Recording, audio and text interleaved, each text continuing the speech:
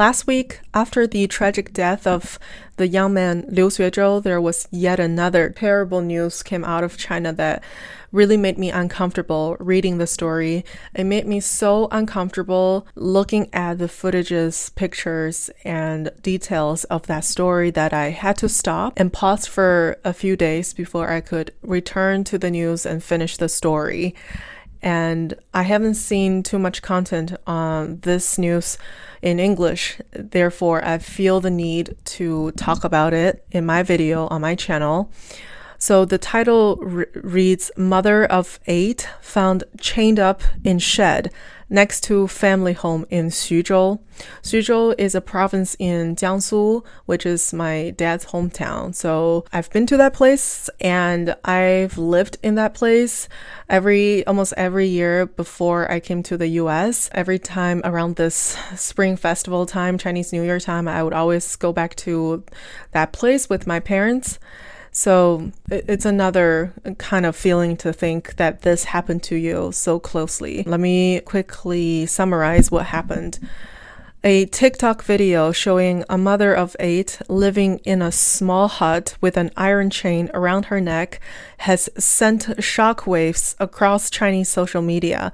According to local authorities, the woman is suffering from mental illnesses and is currently receiving care.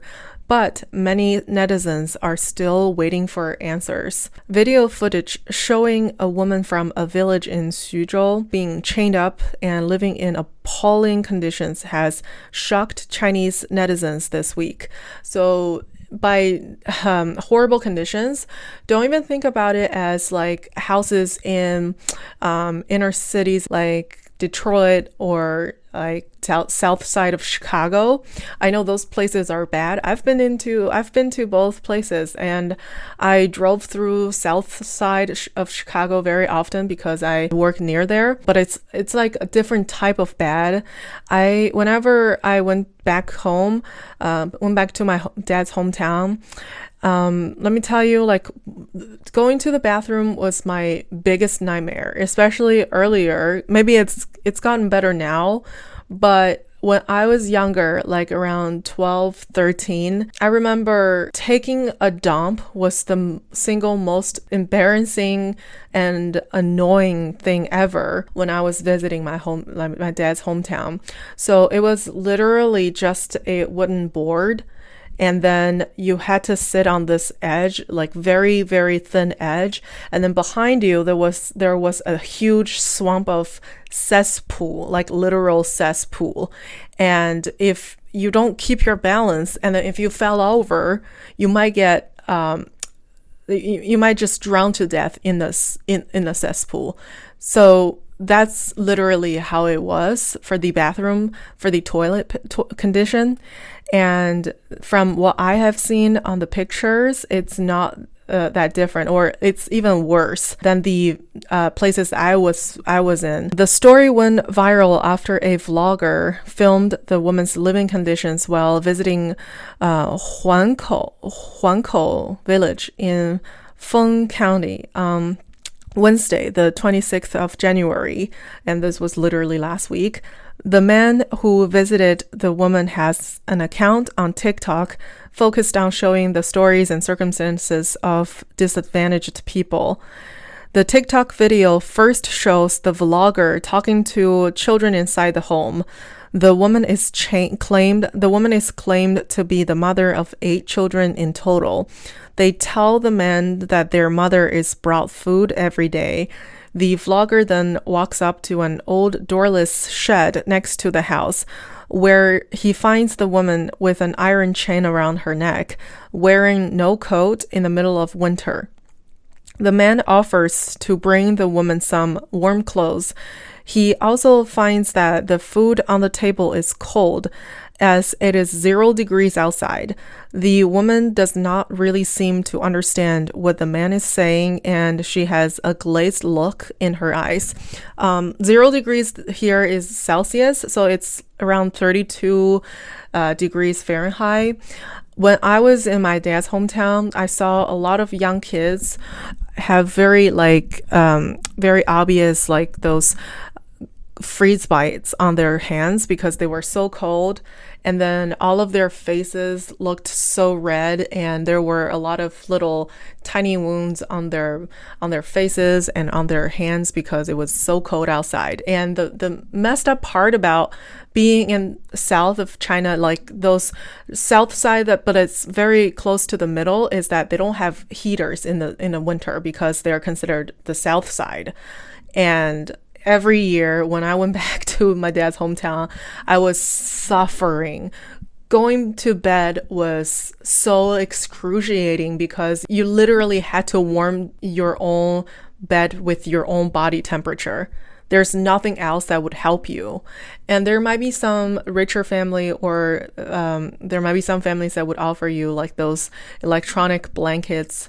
But for most of the poorer families, their body is all they have for keeping themselves warm. And in this picture, I saw this woman didn't even have a winter jacket on, and it's 0 degrees Celsius, and it's gotta be freezing cold. After getting a jacket for her, the man then returns to the shed and helps the woman put on the jacket. This time, it appears that another person is filming, and the man turns to the camera and says, "What this woman is put through in this cold, where did the compassion go?" The video caused a storm on social media, where many were quick to draw comparisons to the 2007 movie Blind Mountain. That movie, directed by Li Yang, tells the story of a woman named Bai who is kidnapped and sold to a villager in the mountains, leaving Bai completely trapped. Many netizens worried about the woman's circumstances. Why was she chained up? Was she a victim of human trafficking? Was she being abused? Was she forced to have so many children, 8 children, including 7 sons and 1 daughter? But then think about it, 7 sons and only 1 daughter, that doesn't really make sense statistically, especially in China, where some preference culture is so prevalent. Chances are they most likely either give away other daughters they had, or they straight up kill them, because in a small village like this, if you did something like that, killing newborn infants, it's most likely gonna get covered up and nobody's gonna go after you for that, especially in the one-child policy era. And even so, I mean, they had so many children, but then where did the local government go when it comes to one-child policy? Like, didn't they violate this? I don't know. Well, I do know though, like in those very poor countrysides, one-child policy really didn't apply to those households that much, because it was too rooted in people's beliefs that you have to have more children and you have to have sons. So there's a Chinese saying on this: you only keep one eye open for this and another eye closed, so just letting them slide. And this probably is the case. Many netizens worried about the woman's circumstances. Was she forced to have so many children? What happened to her teeth?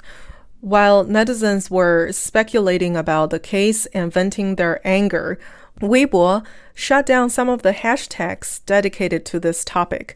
Very typical, very typical. Think about Peng Shuai's situation. It only survived. I give Weibo credits for keeping it on for 20 minutes, but still, like, now it's all eliminated. Like, any topic relating to these sensitive stuff has been silenced. And on Friday, January 28th, Feng County authorities responded to the controversy, claiming the woman and her husband, named Dong, were married in 1998 and that the woman developed a mental illness involving violent behavior. Oh, you don't chain people up like that, like dog, even if they have a mental illness problem. You send them to hospitals, you send them for help. And also, like, I doubt if this was voluntary marriage, and because the woman's teeth were all gone, and from her age, it's very unlikely that it happened naturally. From sources that I've been seeing, her husband pulled her teeth out first to put her in her place. Whenever she resisted, like it's a way to show her you need to be compliant. And then second, it's just it's it's so disgusting and it's so horrifying. I don't even know if I can say this, but like he pulled her teeth out so that she could provide better pleasure for not only him but also the man in his family. Yeah, so let's continue. The woman named Yang previously would display sudden violent outbursts, beating children and older people. The family allegedly thought it was best to separate her from the family home, letting her stay in a small hut next to the house. The vlogger allegedly called the woman as she had just woken up, suggesting this would explain her clothes and messy hair. But again, like if you have a mental patient at home who is your freaking wife, you don't chain her up to a dog shed next to where you sleep, where you live. You take extra care of her and you provide help for her. You don't force her to pop out children while she's suffering from severe mental illnesses. Authorities further stated that they could confirm that Yang is not a victim of human trafficking. They also said that Feng County and the Women Federation are now involved in helping the family. Yang is reportedly receiving care, and the family is also provided additional assistance to ensure they will have a warm spring festival. Again, like where did these authorities go before this whole thing went viral? Where were they? It was a small village, so apparently they knew what was going on before this all became so public. But again, it's typical China. The hashtag official announcement regarding the circumstances of the Xuzhou woman with 8 kids received over 150 million views by Saturday. Popular WeChat blogging account Newsbro wrote about the story on Friday, saying that the officials who came up with the aforementioned statement must have just released what they had on file about the family without actually seeing for themselves how the woman was kept in a small hut. Even though it is probably true that Yang suffers from a mental illness, Newsbro says, it doesn't excuse her being mistreated like this and letting her live chained up in the cold. Yeah, many netizens are also not satisfied with how authorities have responded to this issue, condemning the fact that their statements blatantly ignore how Yang was chained up and also questioning why a mentally ill woman was able to have 8 children at all. Do you even treat this woman as a human being? One top commenter wondered, with many others wondering how this situation apparently wasn't seen as a crime. Yeah, again, like they claim that this wasn't a human trafficking problem, but this woman was originally born in Sichuan, but now she is in Xuzhou. Like if she has like some severe mental illness problem that she had to be chained up, how does she run all the way from Sichuan to Xuzhou by herself? It was like decently distanced. In a lot of villages in China, especially very rural parts, very poor parts, there are a huge amount of leftover men who can't get wives simply because Chinese people didn't have that many daughters. They killed most daughters or gave them away. I saw the number in China now. There are 30 million more men than women, and single men than women. So think about how convenient that this man, this husband who was still single at the age of 34, miraculously got married with a mentally ill young woman. And then later on had 8 children despite of her severe illness. So this is a huge problem. And then I heard that it's very common now for Chinese young men, leftover rural men, to buy wives from Vietnam or Myanmar. It's just not good. Where are her parents? Others asked. A warm spring festival? Did you even see the iron chain around her neck? This woman needs to be treated at a hospital instead of being imprisoned in her own home while having children, another person wrote. Manga artist Yadou shared a drawing focused on Yang's story on Weibo, showing a chained up woman and a total of 8 children. Outside the door, you see the children's father wearing a mask while talking to a reporter. This refers to another video in which Dong, Yang's husband, is being interviewed and tells how he struggles to take care of their 8 children, saying that he is basically taking care and cooking for 9 children, including his wife. Dong allegedly also opened up his own TikTok account, although at the time of writing, that account no longer seemed available. So this account existed before the news. So why would he open up a TikTok account?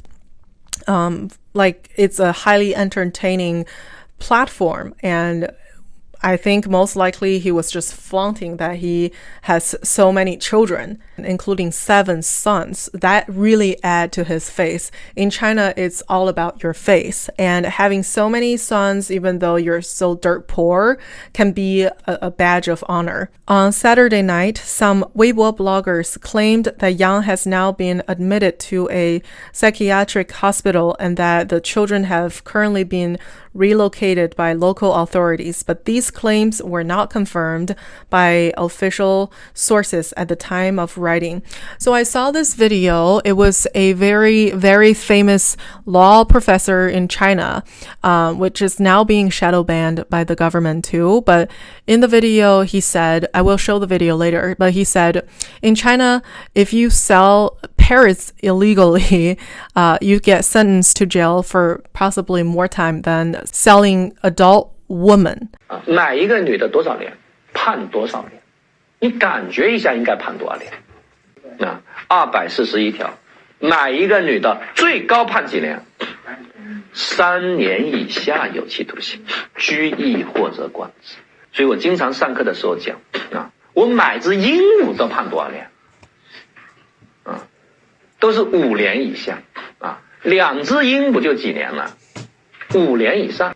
Yeah, that is how great the women and children are doing in China. Let me continue. Various tragic stories about Chinese people from disadvantaged backgrounds have recently led to online turmoil, such as the story about the migrant worker with COVID-19 who spent all his money on the search for his missing son, and the student who committed suicide after discovering his parents sold him as a child. Just before Yang's circumstances gained traction online, Chinese state media outlet China Daily focused on the recent public attention for stories featuring social problems. According to Dr. Liu Leming, associate professor at East China University's political science faculty, government agencies need to follow up and respond more quickly to social incidents like these in the internet era. When public issues emerge, people who are involved in social problems or incidents want to know more than anything whether their requests have been seen and who will handle their concerns. Most of these social problems, social events will eventually just die out, and netizens will just forget about it, and then they will just handle it under the table their way. And nobody will remember it, and then all the hashtags will get cleared out, and most likely this incident is already getting shushed, and we will only have to wait and see what happens. I'm not too hopeful about how the authorities will react, though. For now, thousands of netizens are waiting for another update on Yang, wishing a better life for her in the near future.